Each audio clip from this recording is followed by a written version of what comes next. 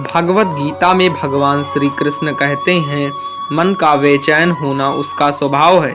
हमारे मन को लगता है कि अगर वह अलग अलग बातों के बारे में सोचता रहेगा तो हमें आने वाली हर मुश्किल और मुसीबत से बचा लेगा, पर ऐसा होता नहीं है। हम अपने जीवन का काफ़ी समय सोच विचार करके परेशान होने में निकाल देते हैं। भगवान श्री कृष्ण कहते हैं कि मन का यह स्वभाव बदलना मुश्किल जरूर है, असंभव नहीं। अच्छा, अब आप एक बात बताइए, क्या आप कौवे को कह सकते हैं कि वो काँव काँव की आवाज़ ना करे, या फिर क्या आप किसी मेढक को कह सकते हैं कि वह पानी देखते ही ऊंची छलांग ना मारे? हमारे मन का भी कुछ ऐसा ही है।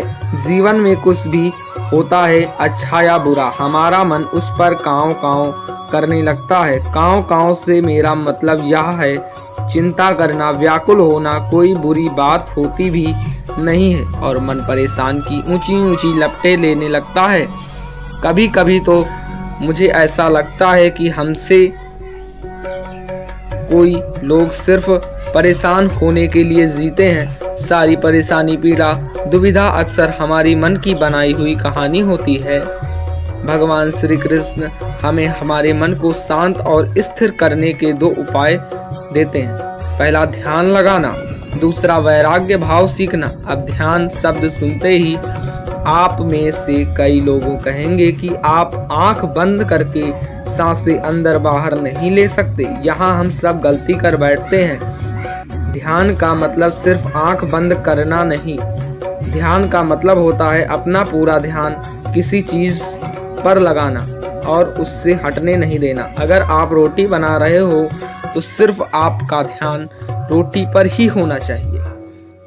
अगर आप पिक्चर देख रहे हो तो आपका पूरा ध्यान पिक्चर पर लगाएं। यह मत सोचिए कि पिक्चर देखकर आप अपना कितना वक्त बर्बाद कर रहे हैं।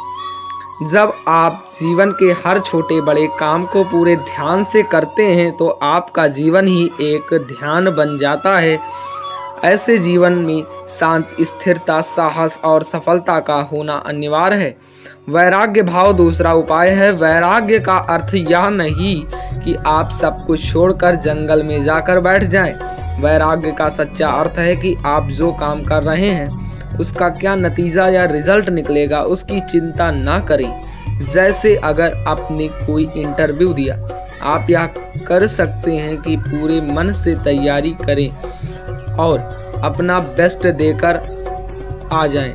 वह नौकरी मिलना या ना मिलना आपके